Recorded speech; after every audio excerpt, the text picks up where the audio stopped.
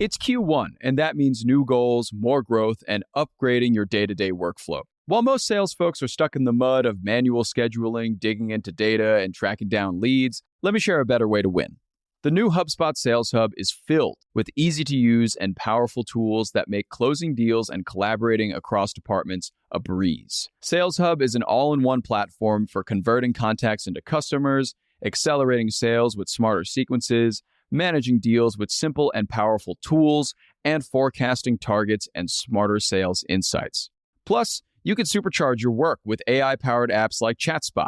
ChatSpot combines the power of ChatGPT and your HubSpot Smart CRM to give you a Gen AI-powered personal assistant. It's tailor-made to help you grow your business and deliver more revenue. Ask it to track down contacts, research competitors, summarize last week's sales, or draft on-message emails in seconds.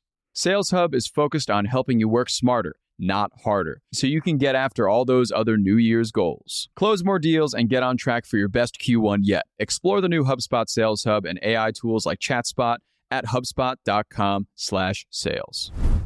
All right, good morning, everyone. It's Tuesday, January 30th. I'm John Weigell here with Rob Litterst, and this is the Hustle Daily Show.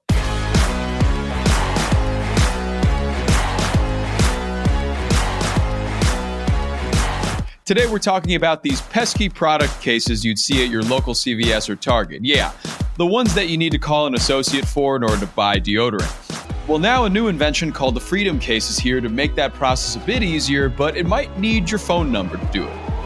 We'll get into that and much more, but first, let's give you the hits and headlines today across business and tech.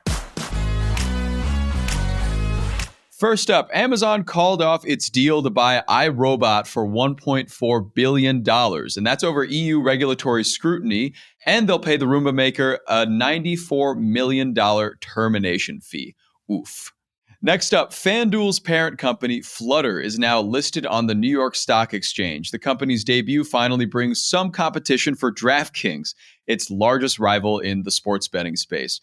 Rob, what do you think about this move by Fanduel?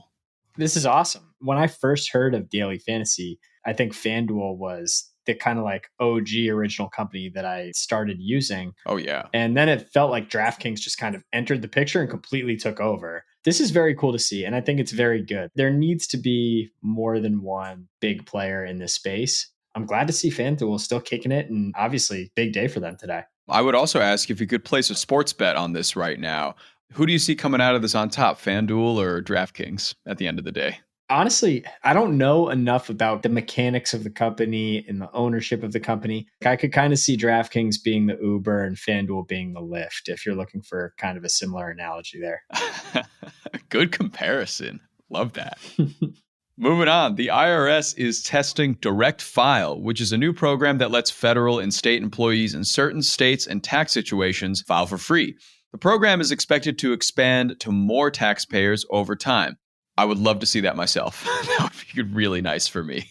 Microsoft CEO Satya Nadella vowed to move fast to fight against non-consensual, explicit AI-generated deepfakes following several bogus images of Taylor Swift that appeared on X, reportedly using Microsoft's AI tech. What do you think about this, Rob? I know deepfakes has kind of been in the news the past few days for this Taylor Swift reason, but also vocal deepfakes and voice replication technology for people like Joe Biden. This is kind of like inevitable, I feel like. I feel like this was always going to happen with AI. Yeah. If there's one tech CEO who I trust will actually figure this out and get it done fast, it's Satya Nadella. The guy's an animal. He literally is just like completely taken Microsoft from this place they were 10 years ago of not really knowing what their strategic direction was to being the most valuable company in the world again. He's the guy who's going to move fast on this. I would expect that they figure this out soon for sure. Yeah. And to your point, how could this not happen? Right? Yeah. With all the technology out there and anybody that can use it in any way that they want to, this is bound to be an issue. I even talked about this yesterday a little bit about how there's a lawsuit currently with George Carlin's estate because somebody did like an AI deep fake of George Carlin.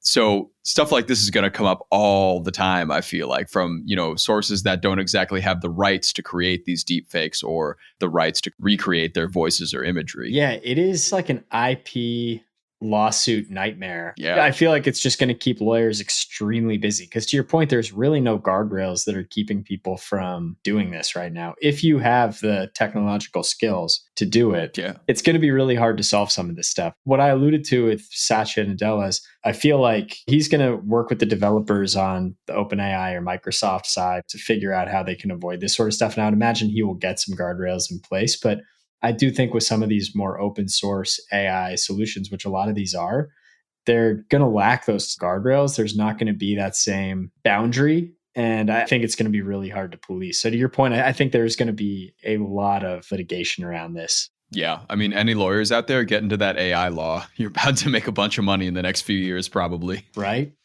And finally, in an attempt to recruit and retain managers, Walmart is set to offer up $20,000 in stock grants each year.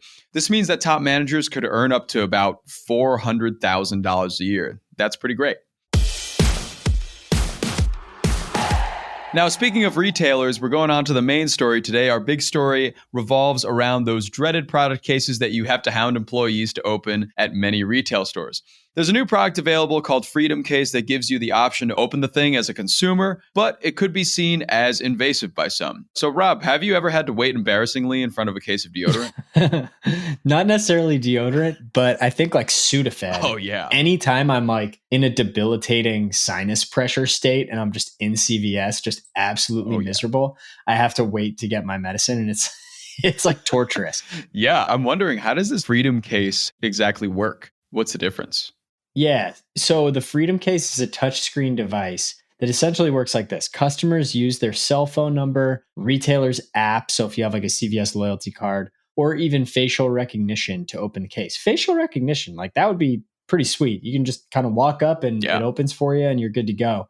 The thing is, the case monitors the shopper's behavior and reports anything suspicious to the staff. So it's kind of almost like Uber. I feel like Uber, you don't really have to worry that much about crime and stuff like that. Mm-hmm. I know there's been crime in Uber, so I'm sure people will comment on that. But I think for the most part, you can kind of trust it because there's this identity tie-in. Like you can see who the driver was and who the passenger was, and you can see all of this stuff in the app. So there's kind of like this paper trail of people that have been in Ubers, which I think helps reduce crime in that sort of a situation. This, I think, is similar. Oh, yeah, definitely. And it seems like a quicker way to get these things. And of course, like we talked about, you suffering in front of a NyQuil case. But, people sometimes when you go to the store, you have to pull the employee from the other side of the store. They got to come, they got to find the right keys, they got to open the case. This definitely cuts out that middleman, and it's a quick and easy way to do it. And actually, another function of this is that you can use it to also call an associate if you don't want to give it your phone number or you don't want it to get your Face ID. But I'm assuming that it'll be taking surveillance the whole time. So it'll know who you are. It'll have the cameras. Like every store has cameras anyway. Totally. So these are just going to be right in front of the case. But why would retailers put out the money to implement this if they already have a system that, works, but badly? Yeah, I mean, totally. I think one trend that's happening here is shoplifting is on the rise. There have been reports of some of the numbers of how big shoplifting is right now have been inflated. But at the end of the day, it seems, ostensibly on the rise. And so more and more retailers, because they don't have the staff that they used to, you probably noticed that there are a ton of self-checkout counters. That's kind of the case at a ton of different retailers. So there's less staff than there used to be. And to police this rise in shoplifting, more and more retailers are just locking items up, especially items that are popular with thieves, which can be cosmetics, contraceptives, baby formula, things like that can command demand on the black or gray market. Mm-hmm. And so I think this is one way that they can fight it. The funny part about this, and what you and I were talking about before, people absolutely hate it. Oh, yeah. This thing, the Freedom Case, the parent company is called Indyme, and their CEO, Joe Budano, said cases can reduce store sales by 15 to 25%.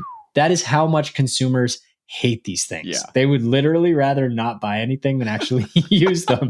Yeah, I've been in that exact situation before. I was at a Target. I called the customer service for something in a case. I don't even remember what it was, maybe like conditioner or something. No doubt. And then I just left. I left like 10 minutes later because I was like, nobody's here. I don't know, I don't know what to do. Just wait here. Yeah. Yeah, I just went and ordered it off Amazon or something. Exactly.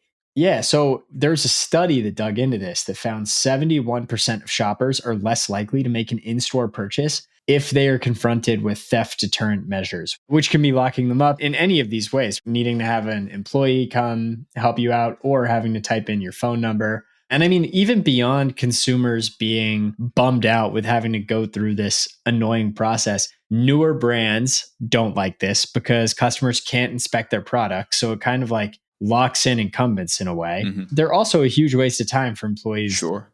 Yeah, I could definitely see it being harder for new brands to get off the ground with things like this in place because, you know, you open the case, you finally get the case open, and then what are you going to do? Stand around and like sniff like 8 different deodorants while this person waits for you? No, you just have to pick the one that you Old use Spice, you're normally. Out. Yeah, exactly. Exactly. And you're just getting out.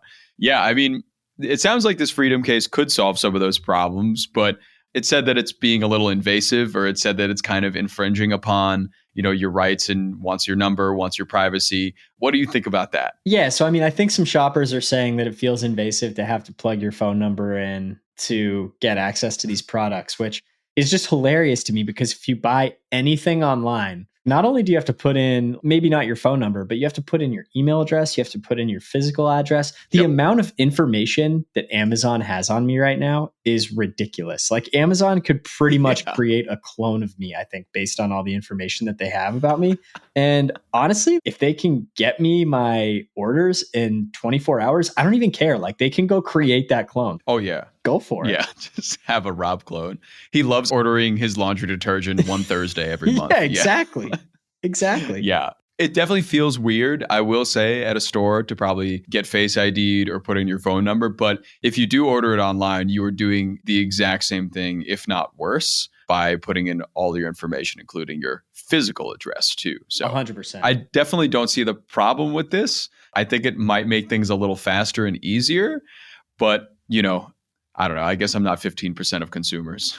Yeah. I mean, to tie a bow on this thing, one thing that I try to like push on people is the value of loyalty programs. I'm not like out there like pushing this on people, but it's like friends and family that don't use a credit card. If you have a good credit card point system, you literally don't have to pay for air travel. If you're like living within your means and you're putting everything on your credit card. Yeah. My wife and I have probably paid for like 95% of our air travel over the last 10 years through credit card points.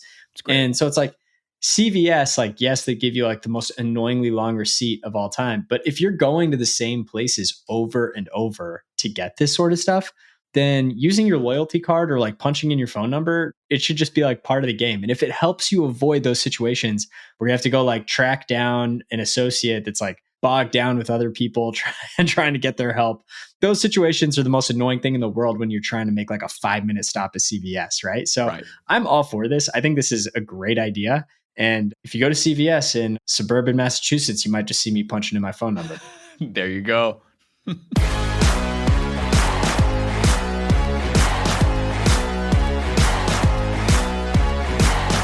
All right, and that's going to do it for us today. Thanks, everybody, for tuning into the Hustle Daily Show. We are a proud part of the HubSpot Podcast Network. Our editor today is Robert Hartwig, and our executive producer is Darren Clarke. We've got a lot more tech and business coverage in our newsletter. If you're not subscribed, go get yourself signed up at thehustle.co/email, and we'll see you tomorrow.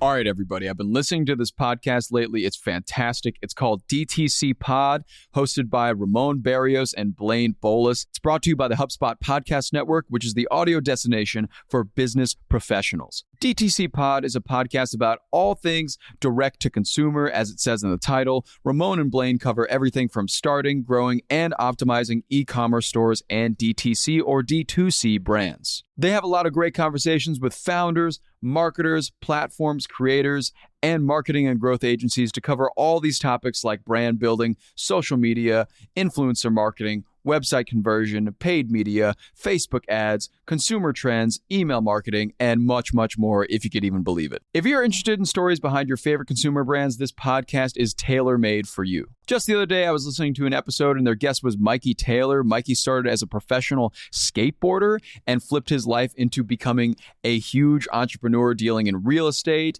owning his own brewing company, and also owning a skateboard company called Sovereign Skateboards. This guy really flipped his life into something something insane. And it's so cool to listen to how he did it every single step of the way. Definitely go check that episode out. It's really, really inspiring. And you can listen to DTC Pod wherever you get your podcasts.